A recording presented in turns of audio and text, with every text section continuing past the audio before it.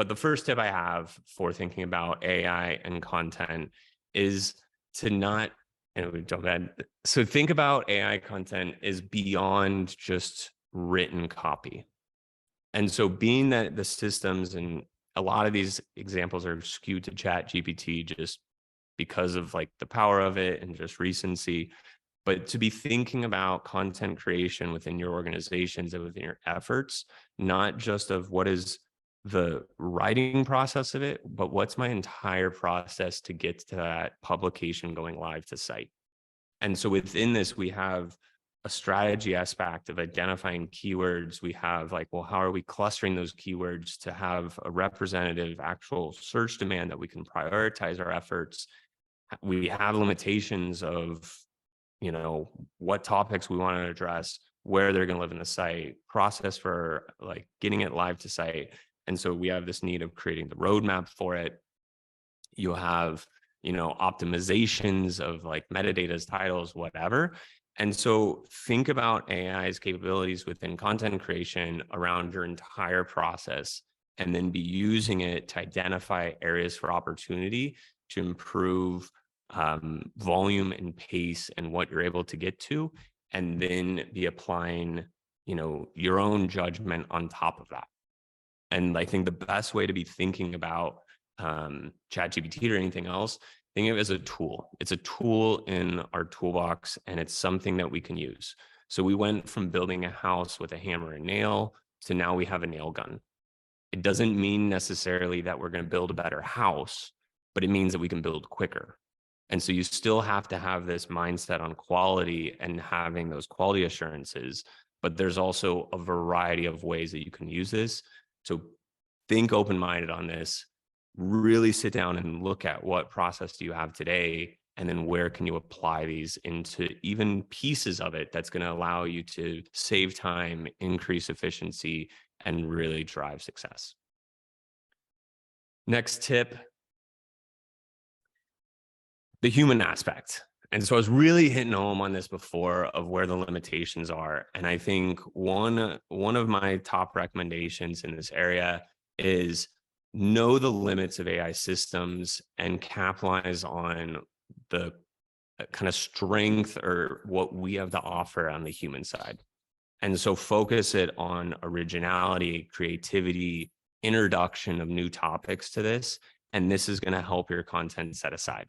It doesn't mean there aren't queries and there isn't spaces that strictly AI content can still succeed. But I wouldn't say that that's at this stage of the industry, I wouldn't say that that's a sustainable strategy to it.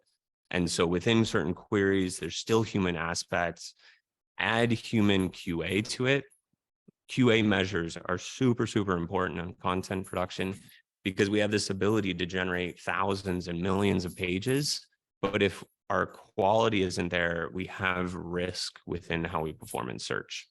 So pair human and AI together, focus on how humans can add originality and something new, and then also make sure that we're applying the proper Q&A measures, and there is human judgment to validate some of what we're putting out there. Use specific prompts. Now, this again comes back to like where the technology is. And so the quality of the output that you're going to get from ChatGPT is going to be strictly related to the quality of your prompts going into it. And this is, I think, like something that a lot of us have seen, and it's something that you can really experiment with.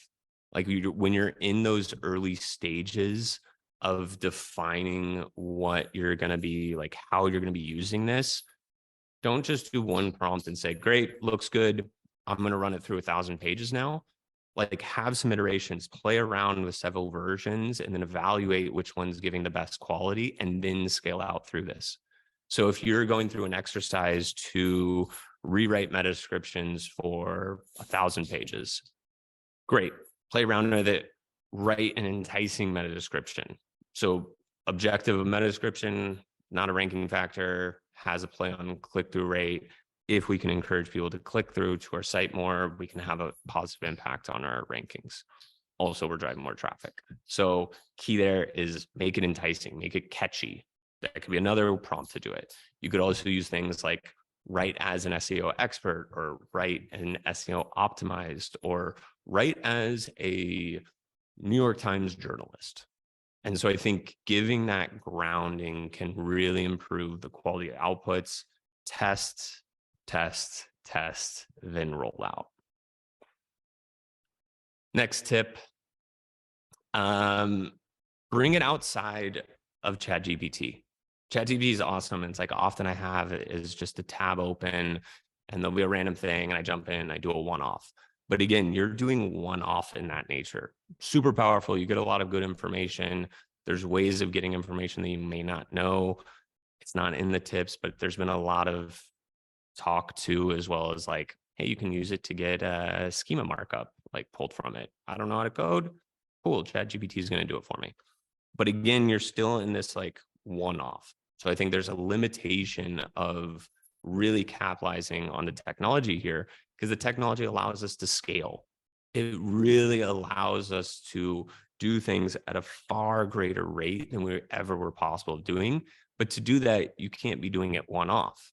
And so an easy kind of like low technical ability is bring that with the Open AI API, bring it into Google Sheets, and then you can have one prompt for it, scale it across the entire sheet, and now you're operating a larger scale. If you're not familiar with doing it, Thurindu has a great article here on his search ministry. He walks through and gives the prompts of how to make the connection with OpenAI and how to bring that into it. He also gives an example for rewriting meta descriptions.